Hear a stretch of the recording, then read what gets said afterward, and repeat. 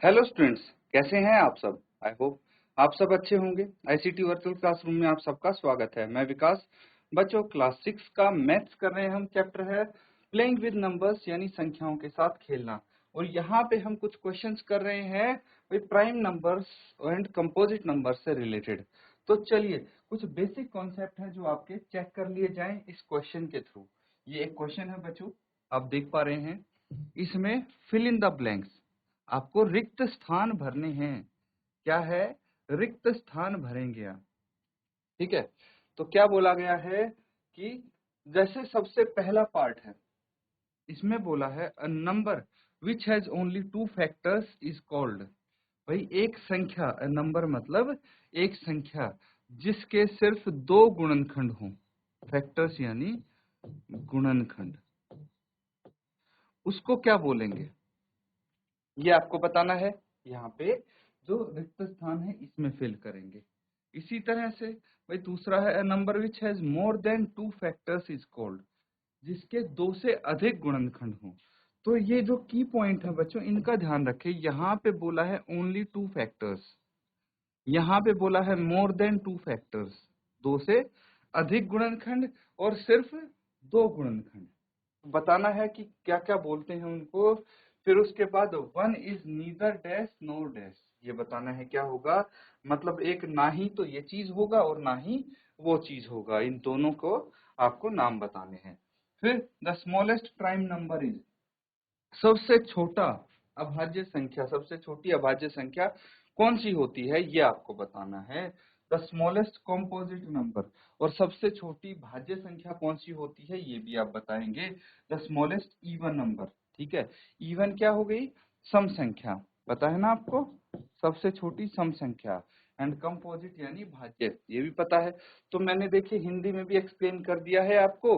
अब जल्दी से ये ब्लैंक्स फिल करेंगे और बताएंगे क्या क्या आंसर आए आपके।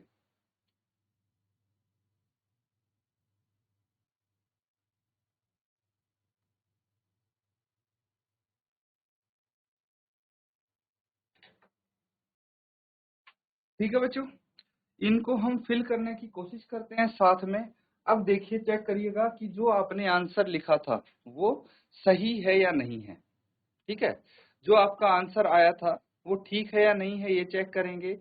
तो कोई बताना चाहे आंसर तो बता सकता है। Part A B C D E F, 6 part हैं, 6 भाग हैं इसके। क्या कोई बता सकता है इसका आंसर?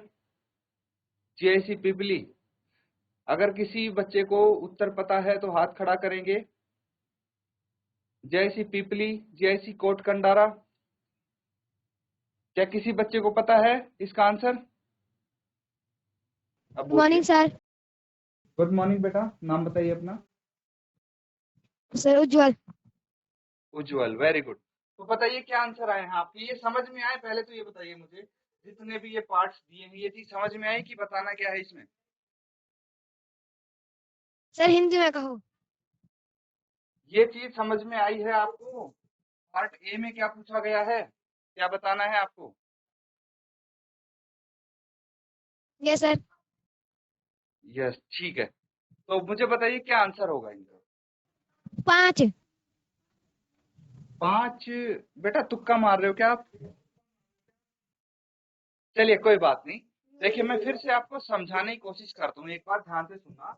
पहले में पूछा गया है कि ऐसी संख्या जिसके सिर्फ दो गुणनखंड हो। ठीक है, क्या बोलेंगे उस संख्या को, नाम क्या होगा? नाम बताना है, नंबर नहीं बताना। चलिए मैं आपको हिंट दे देता हूँ। पहला इसको बोलेंगे प्राइम नंबर।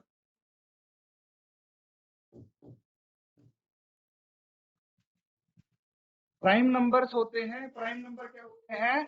जिनके एग्जैक्टली दो गुणनखंड हो, या फिर अभाज्य संख्या हिंदी में बोलेंगे। अब सेकंड का बताइए आप। Prime number. ठीक है, सेकंड का बताइए। वैसे सही बोला था आपने, 5 जो आपका आंसर था ना वो ठीक है। लेकिन 5 तो सिर्फ एक नंबर हो गया ना, वो प्राइम नंबर है 5, मान गया मैं। लेकिन आपको नाम बताना है इसका, ठीक है। सारे प्राइम नंबर्स उसमें आ जाएंगे। अब दूसरे का बताइए, एक संख्या जिसके दो से अधिक गुणनखंड हो उसको क्या बोलेंगे, क्या नाम होगा?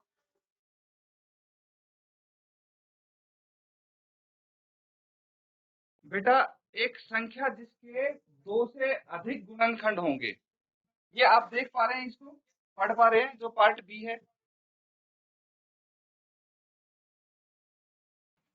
इसको पढ़ के देखिए, पढ़ के बताइए क्या लिखा है भाग बी में। सिर्फ देख के पढ़ना बच्चे इसको।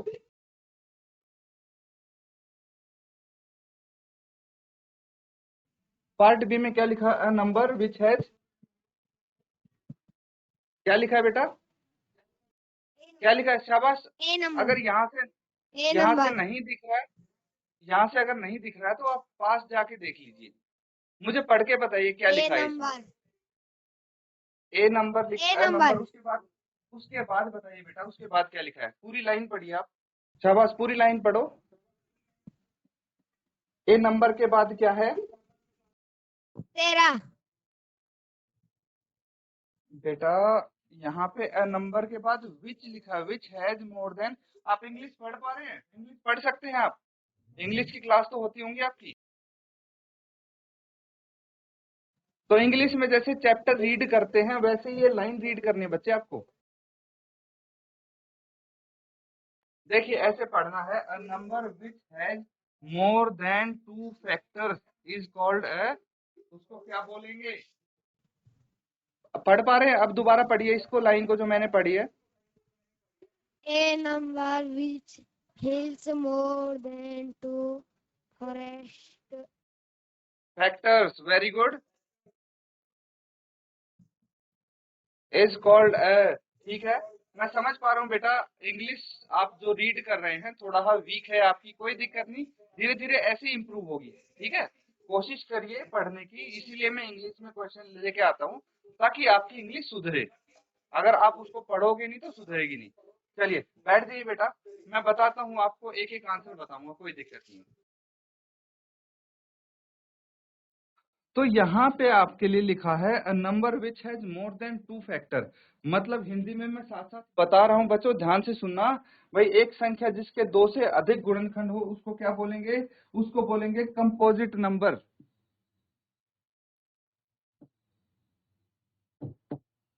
उसको बोलेंगे कंपोजिट नंबर।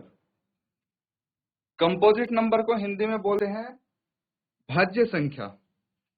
अब पार्ट सी में क्या बोला गया है? One is neither dash no dash. मतलब एक ना ही तो प्राइम है, एक प्राइम नंबर भी नहीं है, ना ही कंपोजिट है। ठीक है, एक प्राइम भी नहीं है और कंपोजिट भी नहीं है। उसके बाद the smallest prime number is, सबसे छोटी अभाज्य संख्या कौन सी होगी? सबसे छोटी अभाज्य संख्या क्या होगी? तो अभाज्य संख्या जब हम लिखना शुरू करते हैं तो 2 से करते हैं, है ना? 2 से करते हैं तो 2 सबसे छोटी अभाज्य संख्या होगी क्योंकि इसके 2 गुणनखंड हैं। उसके बाद द स्मॉलेस्ट कंपोजिट नंबर, सबसे छोटी भाज्य संख्या क्या होगी? ये 4 हो जाएगी, और सबसे छोटी सम संख्या 2 हो जाएगी। ठीक है, ये चीज आप ध्यान रखिए। देखिए, और कंपोजिट नंबर को हम हिंदी में क्या बोलते हैं? भाज्य संख्या। तो मैंने हिंदी में भी पूरा बता दिया है, नोट डाउन आप कर लीजिए। ये सारे हमने ब्लैंक्स फिल कर दिए हैं। किसी को कोई अभी भी डाउट लगता है आप पूछ सकते हैं, अदरवाइज नोट डाउन करो इसको।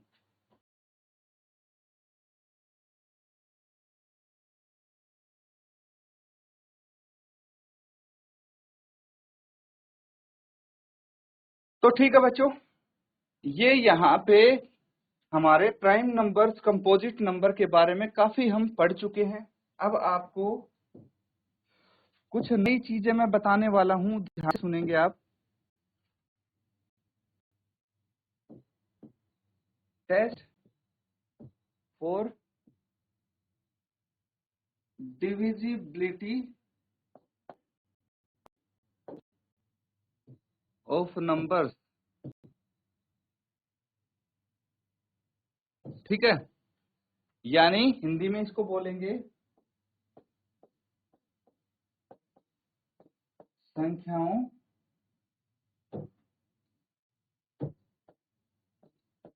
की विभाज्यता की जांच, ठीक है। तो डिविजिबिलिटी टेस्ट फॉर नंबर्स हम करेंगे। जैसे सबसे पहले आप यहाँ पे सीखने वाले हैं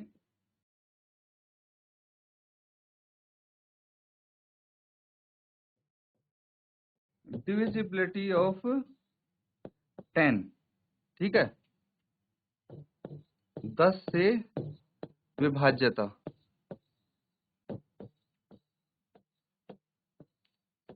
यानी यहाँ पे हम सीखेंगे कि कोई भी संख्या देखते ही आप कैसे बता पाएंगे कि ये 10 से भाग होगी या नहीं। उसको एक्चुअल में आपको डिवाइड नहीं करना, एक्चुअल में भाग करके नहीं देखना, बस देखते ही आप बता पाएंगे, ठीक है। तो ध्यानपूर्वक आप इसको समझेंगे।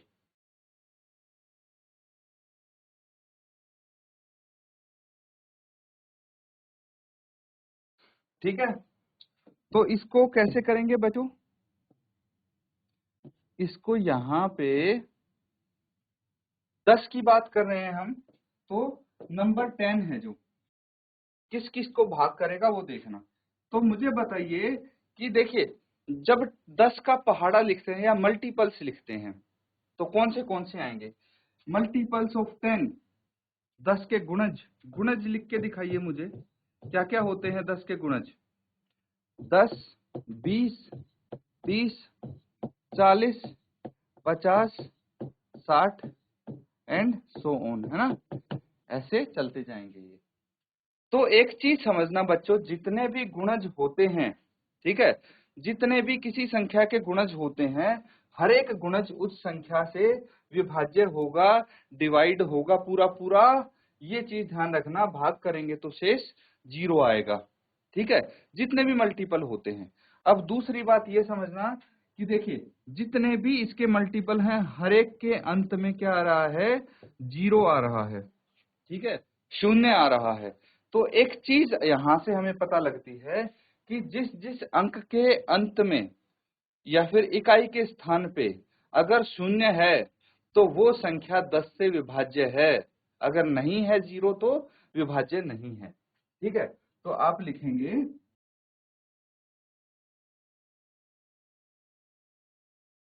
जिस संख्या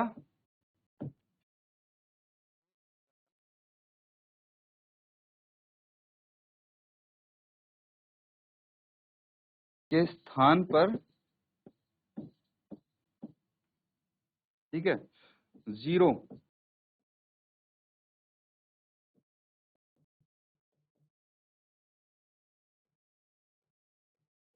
वह संख्या 10 से विभाज्य होगी। ये चीज समझ में आई बच्चों? भाई जिस संख्या के इकाई के स्थान पर 0 आता है वो संख्या 10 से विभाज्य होगी, पूरी पूरी भाग होगी। अब संख्या चाहे कितनी ही बड़ी हो, एग्जाम्पल देखिए, उदाहरण देखिए आप, जैसे 3259,680, ठीक है, इतनी बड़ी संख्या आपके सामने आ गई है। क्या है? 32,59,680, ठीक है। भाग करने की जरूरत नहीं पड़ेगी क्योंकि इसके इकाई के स्थान पे 0 है, इसलिए ये संख्या 10 से भाग होगी ही होगी। संख्या लिख दीजिए 7890, ठीक है, 7890, ये 10 से भाग होगी, इकाई के स्थान पे 0 है, ये संख्या 10 से भाग होगी क्योंकि इसके इकाई के स्थान पे 0 है। बाकी कहीं भी हो, हमें मतलब है इकाई के स्थान वाले 0 से, इस 0 से मतलब है, ये चीज ध्यान रखना। जैसे 3048, ये बताइए क्या ये भाग होगी? ये संख्या 10 से भाग नहीं होगी। क्यों? क्योंकि इसके इकाई के स्थान पे 8 है, 0 नहीं है। ये चीज ध्यान रखना बच्चों, ऐसा नहीं कहीं भी 0 आ जाए तो ये डिवाइड हो जाएगा। 3840, ये 10 से डिवाइड होगी क्योंकि इसके इकाई के स्थान पे 0 है। तो बिना एक्चुअली डिवाइड किए, असलियत में भाग किए बिना ही हम यहाँ से बता पा रहे हैं संख्या देखकर कि वो 10 से डिवाइड होगी कि नहीं होगी। तो ये होते हैं डिविजिबिलिटी टेस्ट, विभाज्यता की जांच जिसको हम बोल सकते हैं। तो अभी हमने 10 से सीखी है, इसके बाद हम 5 से सीखेंगे कि 5 से कोई नंबर डिवाइड होता है या नहीं, देखते ही कैसे पता लगाएं। तो ये बहुत काम आने वाले हैं बच्चों आपके, इसको अच्छे से पढ़ के और नोट डाउन करें इसको।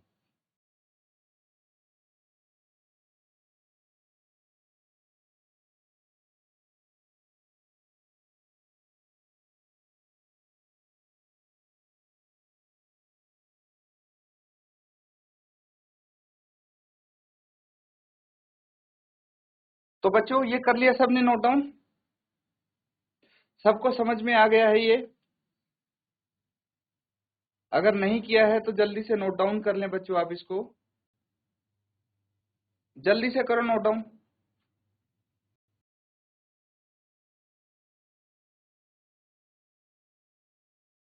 चलिए ठीक है, अब हम एक और टेस्ट करेंगे, ठीक है। 5 से विभाज्यता की जांच करेंगे हम, ठीक है।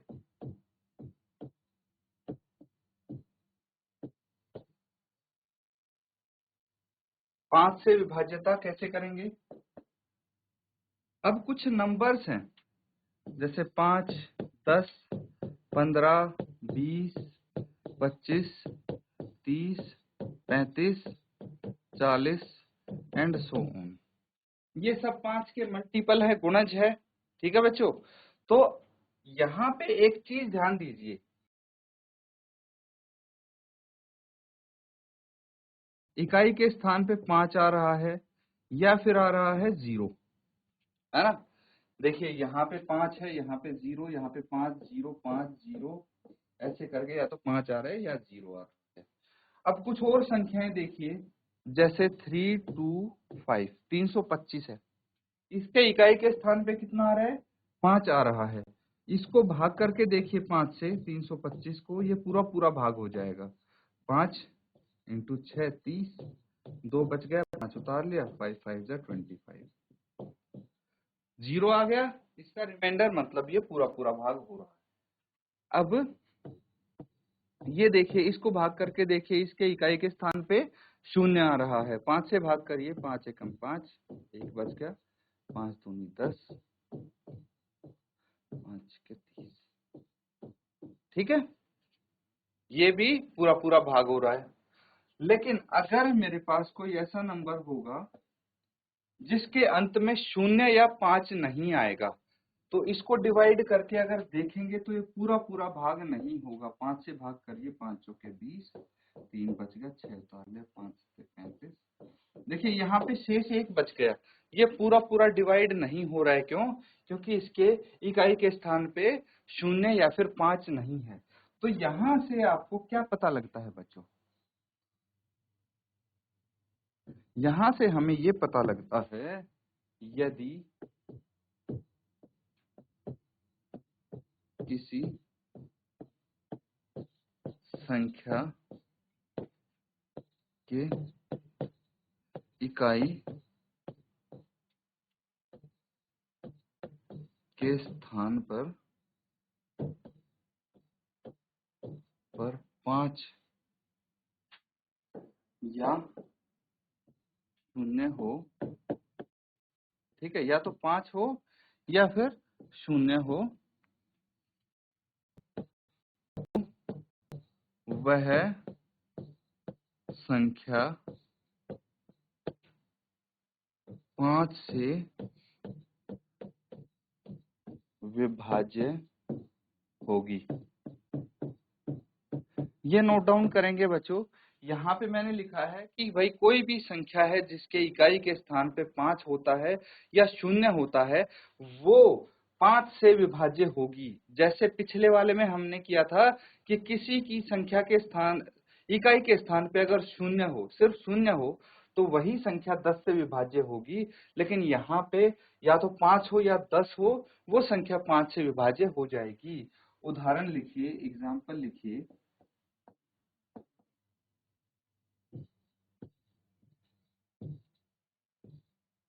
ये है 32,590, 5 से विभाज्य होगा क्यों? क्योंकि इसके इकाई के स्थान पे शून्य है। ठीक है, और लिख लीजिए 32595। ये भी 5 से विभाज्य होगा क्यों? क्योंकि इसके इकाई के स्थान पे 5 है।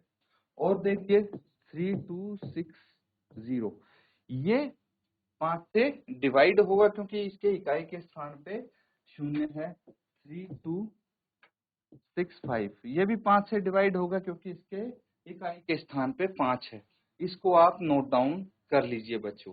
ठीक है, तो इस तरह से हम अलग अलग नंबर्स के लिए डिविजिबिलिटी टेस्ट यानी विभाज्यता से जांच करने वाले हैं। तो ठीक है बच्चों, ये अपने घर पे आपको रिवाइज करके आना है। जो हमने आज किया है, क्या किया है? 5 से और 10 से विभाज्यता की जांच। आगे आने वाले सेशंस में हम कुछ और संख्याओं की विभाज्यता की जांच करने वाले हैं, इसीलिए अच्छे से रिवाइज करें। इसी के साथ आज का सेशन यहाँ पे एंड करेंगे। Thank you and have a nice day.